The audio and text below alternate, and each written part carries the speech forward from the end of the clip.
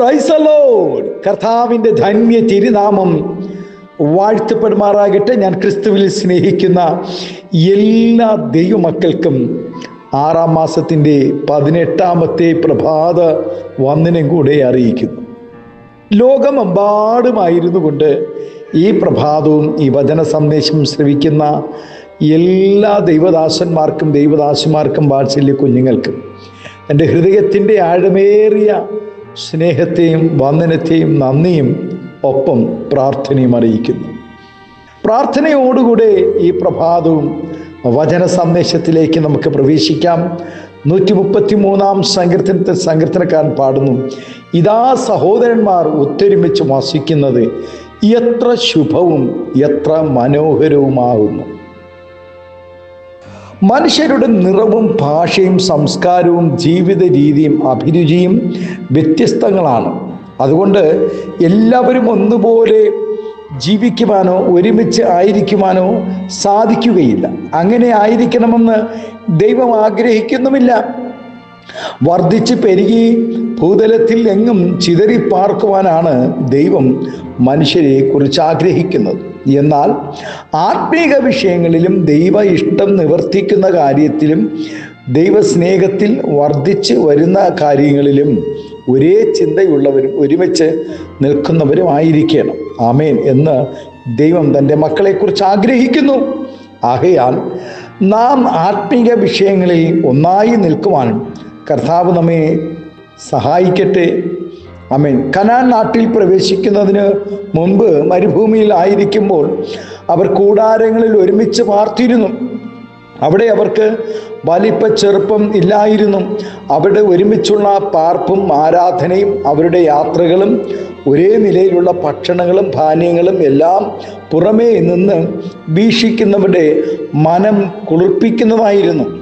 ജാതിക പ്രവാചകനായ ബിലയാം ഇസ്രായേലിനെ ശപിക്കുവാൻ വന്നു. എങ്കിലും അവരുടെ ഐക്യതയും സ്നേഹവും അവരുടെ ഇടയിലുള്ള ദൈവ സാന്നിധ്യം കണ്ട് അവരെ ശപിക്കാനാകാതെ അനുഗ്രഹിച്ചിട്ട് കടന്നുപോയി.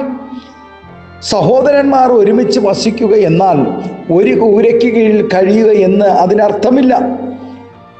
ഐക്യ ബോധത്തോടും പരസ്പര സ്നേഹത്തിലും കഴിയുന്ന അനുഭവത്തെയാണ് സൂചിപ്പിക്കുന്നത്. ദൈവത്തെ ആരാധിക്കുന്ന കാര്യത്തിൽ നമുക്ക് ഐക്യതയുണ്ടായിരിക്കണം. എന്നോട് ചേർന്ന് യഹോവയെ മഹിമപ്പെടുത്തുവിൻ, നാം ഒന്നിച്ച് അവൻ്റെ നാമത്തെ ഉയർത്തുക എന്നും സങ്കീർത്തനക്കാരൻ പാടുന്നു. ആരാധന പോലെ തന്നെയാണ് ആത്മീയ വിഷയങ്ങളിലും ഉള്ള ഐക്യത. പത്രോസിനെ കൊല്ലുവാൻ വേണ്ടി ഹേരോദാവ് അവനെ തടവിലാക്കി. എന്നാൽ സഭ ഒരുമനപ്പെട്ട് ഒരുമിച്ച് കൂടി പ്രാർത്ഥിച്ചപ്പോൾ കാരാഗൃഹത്തിൻ്റെ അവൻ ഉൾമുറിയിൽ ദൂതൻ ഇറങ്ങുകയും പത്രോസിനെ വിടുവിക്കുകയും ചെയ്തല്ലോ. അവൻ ഫെലിസ്ത്യർ എന്നും ദൈവജനത്തിന് ഉപദ്രവം ഉണ്ടാക്കുന്നവരായിരുന്നു. ശമൂവേലിൻ്റെ കാലത്ത് ഫെലിസ്ത്യർ നിമിത്തമുള്ള ഉപദ്രവങ്ങളാൽ ജനം വലഞ്ഞിരുന്നു. എന്നാൽ ആഹ്വാനം ചെയ്തത് ദൈവജനത്തിൻ്റെ നടുവിൽ നിന്നുകൊണ്ട് ശമൂവേൽ ആഹ്വാനം ചെയ്തതനുസരിച്ച് ദൈവജനം ഒറ്റക്കെട്ടായി ഉപവസിച്ചും പ്രാർത്ഥിച്ചും നിൽക്കുമ്പോൾ ഫെലിസ്ത്യരെ ആ ദൈവം ഒതുക്കുകയും ദൈവത്തിൻ്റെ കരം ശത്രുവിനെതിരായി വരികയും ചെയ്തു. അങ്ങനെ ഫെലിസ്ത്യർ ഒതുങ്ങി പിന്നെ ഇസ്രായേൽ ദേശത്തേക്ക് വന്നതുമില്ല. ഇസ്രായേലിനെ ആ ജനത്തെ ഉപദ്രവിക്കുവാൻ ഫെലിസ്ത്യർ പിന്നെ മുതിർന്നില്ല. കൂടാതെ ശത്രു സംഹരിച്ചതെല്ലാം ദൈവജനം തിരിച്ചു പിടിക്കുകയും ചെയ്തു. ഭിന്നിച്ചിരിക്കുന്നവരെ യോജിപ്പിക്കുവാൻ നാം എത്ര തന്നെ ശ്രമിച്ചാലും അത് വിജയിക്കണമെന്നില്ല. ആരാധന യഥാസ്ഥാനത്ത് ആകുവാനും പെസക ആചരിക്കുവാനും ഒരിക്കൽ ഹിസ്കിയാവ് ആളയച്ച് സകല ജനത്തെയും വിളിച്ചു. എന്നാൽ ഐക്യത നഷ്ടപ്പെട്ട ജനം അത് കൂട്ടാക്കിയില്ല. അപ്പോൾ താൻ കൂടി വന്ന ജനങ്ങളുമായി കണ്ണീരോടെ പ്രാർത്ഥിക്കുകയും ജനം ശുദ്ധീകരിക്കുകയും ചെയ്തപ്പോൾ ഭിന്നിച്ചിരുന്നവരും വചനമനുസരിച്ച് ജീവിക്കാമെന്ന് തീരുമാനമെടുക്കുകയും ചെയ്തു. അവരുടെ പ്രാർത്ഥനയുടെ ഫലമായി ഐക്യതയുടെ ആത്മാവിനെ ദൈവം വരുത്തുകയായിരുന്നു. പ്രിയ ദൈവവേദിയിലെ അനേക കുടുംബങ്ങളിൽ സമാധാനമില്ലാതെ, സന്തോഷമില്ലാതെ, സ്നേഹമില്ലാതെ, ഐക്യതയില്ലാതെ, ദൈവകൃപയില്ലാതെ അനേക കുടുംബങ്ങളിലായിരിക്കുമ്പോൾ ഇന്ന് പ്രഭാതത്തിൽ ദൈവത്തെ ആരാധിക്കുന്ന, ദൈവസന്നിധിയിൽ പ്രാർത്ഥിക്കുന്ന ദൈവമക്കൾ മുഖാന്തരം ദൈവം ഐക്യതയുടെ ആത്മാവിനെ അയക്കുവാനിടയായി. ദൈവത്തെ ആരാധിക്കുന്ന വിഷയത്തിൽ ആരായാലും ജനത്തിന് ഒരു മനസ്സ് വരുത്തുവാൻ ദൈവത്തിന് മാത്രമേ കഴിയുകയുള്ളൂ. ആകയാൽ ഈ പ്രഭാതം ദൈവം നമുക്ക് ഒരുമിച്ച് നിൽക്കുവാനും, ഒരുമിച്ച് ആരാധിക്കുവാനും, ഒരുമിച്ച് സന്തോഷിക്കുവാനും ദൈവിക ആത്മാവിനെ നമുക്ക് ആവശ്യമാണ്. ആകയാൽ കുടുംബത്തിലായാലും സഭയിലായാലും ഐക്യത ഉണ്ടാക്കുവാൻ ഉത്തരവാദിത്തപ്പെട്ടവർ ശുദ്ധീകരണത്തോടും നിലവിളിയോടും കൂടെ ശ്രദ്ധയോട് ദൈവത്തിൻ്റെ അടുക്കിലേക്ക് ചെല്ലണം. വലിയ പ്രസംഗമോ സ്തോത്രം ഹല്ലേലൂയ അനുരഞ്ജന മീറ്റിങ്ങോ അല്ല പ്രധാനം. കണ്ണുനീരും പ്രാർത്ഥനയും ഉയരുമ്പോൾ ഐക്യതയുടെ ആത്മാവിനെ ദൈവം പകരുവാൻ ഇടയാകും.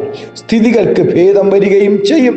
ദൈവത്തിൻ്റെ പ്രവർത്തികളെ നശിപ്പിക്കുന്ന കാര്യത്തിൽ പിശാച് ഒറ്റക്കെട്ടാണ്. ഏതു സമയത്തും ദൈവമക്കളെ തകർക്കുവാൻ, ദൈവസഭയെ തകർക്കുവാൻ സ്തോത്രം ഹല്ലേലൂയ ശത്രുക്കൾ അല്ലെങ്കിൽ സുവിശേഷ വിരോധികൾ ഒറ്റക്കെട്ടാണല്ലോ. ഗദരദേശത്തിൽ ഒരു മനുഷ്യനെ നശിപ്പിക്കുവാൻ 6000 ഭൂതം അവൻ്റെ ശരീരത്തിൽ ഒറ്റക്കെട്ടായി പാർത്തു. ദൈവത്തിൻ്റെ പദ്ധതികൾക്കെതിരായി ഗോപുരം പണിയുന്ന കാര്യത്തിലും ജനം ഒന്നു ചേർന്നിരുന്നു. നെഹമ്യാവ് പറയുന്നത് പോലെ നമ്മുടെ തകർച്ചകളെ കണ്ടിട്ട് ഇനിയെങ്കിലും നാം മതിൽ ചിന്നിച്ചിതറി കിടക്കാതെ, നാം അകന്നു പോകാതെ കാഹളം കേൾക്കുന്നിടത്ത് ആരാധനയ്ക്ക് വേണ്ടിയും ഉപവാസത്തിന് വേണ്ടിയും ദൈവത്തിൻ്റെ ആലയത്തിൽ ഒരുമനപ്പെട്ട് കൂടിവരാം. ആമേൻ. ഒരിക്കൽ ഒരു സ്നേഹിതൻ ഇങ്ങനെ പറയുവാനിടയായി, ഞങ്ങൾ ബഹുദൈവങ്ങളെ ആരാധിക്കുന്നു, എങ്കിലും ഞങ്ങൾ ഒരു വിഷയം വരുമ്പോൾ ഞങ്ങളെല്ലാവരും ഒറ്റക്കെട്ടായി നിൽക്കുവാനിടയാകും. എന്നാൽ ഏകദൈവത്തെ ആരാധിക്കുന്ന ക്രിസ്ത്യാനികൾ പ്രശ്നങ്ങളും പ്രതിസന്ധികളും വരുമ്പോൾ അവർ ചിതറി മാറുവാനിടയാകുന്നു. അവർക്ക് ഒരുമിച്ച് കൂടുവാനോ ഐക്യതപ്പെടുവാനോ കഴിയുന്നില്ല. പ്രിയ ദൈവവേദിയിലെ പൊതുവായ ആത്മീയ വിഷയങ്ങളിൽ എങ്കിലും നമുക്കൊന്നായി നിൽക്കാം.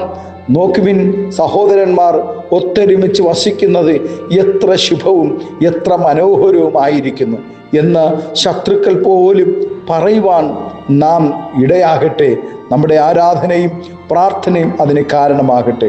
ഒരു സ്തോത്രം ഹാലിന് ഒരുവന് കഷ്ടത വന്നാൽ സ്തോത്രം നാം എല്ലാവരും ചേർന്ന് അവനെ കൈത്താങ്ങിയാൽ സ്തോത്രം ഹല്ലേലൂയ എന്ത് ആശ്വാസമായിരിക്കും. ഒരു സഭയെ സ്തോത്രം നാം ഒരുമിച്ച് പണിയുമ്പോൾ എല്ലാ പ്രിയപ്പെട്ടവരും ചേർന്ന് പണിയുമ്പോൾ ആ സഭ എത്ര അനുഗ്രഹമായിരിക്കും. ഒന്ന് നോക്കി, ഇന്ന് പ്രഭാതത്തിൽ നാം ഒരുമിച്ച് നിൽക്കാൻ കഴിയുന്നുണ്ടോ? നമുക്ക് ഒരുമിച്ച് നിൽക്കാൻ കഴിയുന്നുണ്ടോ? ഒരുമിച്ച് സഹായങ്ങൾ ചെയ്യാൻ കഴിയുന്നുണ്ടോ? ഒരുവനെ ആശ്വസിപ്പിക്കുവാൻ കഴിയുന്നുണ്ടോ? കർത്താവിൻ്റെ സന്നിധിയിൽ ചിതറി ഓടിയതുപോലെയല്ലേ കർത്താവിനോട് കൂടെ ചേർന്ന് 3.5 വർഷക്കാലം തിന്നുകയും കുടിക്കുകയും ചെയ്ത സ്നേഹിതർ ചിതറി ഓടിയതുപോലെയല്ലേ നാമും ഇന്ന് ചിതറി നിൽക്കുന്നത്? ആകയാൽ കർത്താവിൻ്റെ ദാസിദാസന്മാരെ, ഇന്ന് പ്രഭാതം സങ്കീർത്തനക്കാരൻ പാടുന്നത് പോലെ സഹോദരന്മാർ ഒത്തൊരുമിച്ച് നിൽക്കുവാൻ സ്തോത്രം അത് കാണുന്നവർക്ക് ശുഭമായി തീരുവാൻ, മനോഹരമായി തീരുവാൻ നാം കാരണമായി തീരട്ടെ. നമ്മുടെ കണ്ണുകൾ ദിവസത്തിനടയ്ക്കാം, പ്രാർത്ഥിക്കാം. ഹല്ലേലൂയ. പരിശുദ്ധ പിതാവേ, സ്നേഹവാനായ ഞങ്ങളുടെ നല്ല ദൈവമേ, എത്രയോ കുടുംബങ്ങൾ ചിതറി നിൽക്കുമ്പോൾ, എത്രയോ സഭകൾ ഭിന്നിച്ച് നിൽക്കുമ്പോൾ സ്തോത്രം ദൈവമക്കൾ പോലും കർത്താവ് ഐക്യതയോ സ്നേഹമോ ഇല്ലാതെ ചിതറി നിൽക്കുന്ന ഈ കാലഘട്ടങ്ങളിൽ ഈ സങ്കീർത്തനക്കാരനോടുകൂടെ ചേർന്ന് കർത്താവെ സഹോദരന്മാർ ഒത്തൊരുമിച്ച് വസിക്കുന്നത് എത്ര ശുഭവും എത്ര മനോഹരവുമാകുന്നു എന്നുള്ള ഈ സങ്കീർത്തന ഭാഗം ഞങ്ങളുടെ ജീവിതത്തിൽ എത്രയോ എത്രയോ പ്രാവശ്യം ഞങ്ങൾ വായിച്ചു കേട്ടു. എന്നാൽ ഞങ്ങളുടെ ജീവിതത്തിൽ പ്രാഗൽഭ്യത്തിൽ കൊണ്ടുവരാൻ, അത് യാഥാർത്ഥ്യമാക്കുവാൻ കഴിയാതെ വണ്ണം എത്രയോ പ്രിയപ്പെട്ടവർ, എത്രയോ കുടുംബങ്ങളായിരിക്കുമ്പോൾ സ്വർഗത്തിലെ നാഥനെ ഇന്ന് പകൽ ഞങ്ങൾ ഒരുമിച്ച് ഈ ശബ്ദം കേൾക്കുന്ന പ്രിയപ്പെട്ടവർ തീരുമാനമെടുക്കുക. ഞങ്ങൾ ഒരുമിച്ച് നിൽപ്പാൻ, ഞങ്ങൾ സഹോദരങ്ങൾ കുടുംബമായി മക്കൾ, മാതാപിതാക്കൾ എല്ലാവരും കുടുംബമായി ദൈവദാസന്മാർ ചേർന്ന് നിൽക്കാൻ, വിശ്വാസികൾ ചേർന്ന് നിൽക്കാൻ, സഭകൾ ചേർന്ന് നിൽക്കാൻ പരിശുദ്ധാത്മാവ് സഹായിക്കണമെന്ന് പ്രാർത്ഥിക്കുന്നു. എല്ലാവിധമായ നന്മകളും അനുഗ്രഹങ്ങളും പകരണം. സ്വർഗം അത്ഭുതം ചെയ്യും, മഹത്വം അങ്ങെടുക്കണം. യേശുവിൻ്റെ നാമത്തിൽ കൃപയോടെ പ്രാർത്ഥന കേൾക്കണമേ സ്വർഗീയ നല്ല പിതാവേ. ആമേൻ, ആമേൻ. Thank you. God bless you. ദൈവം എല്ലാവരും ഈ പ്രഭാതം ധാരാളമായി അനുഗ്രഹിക്കട്ടെ. Thank U.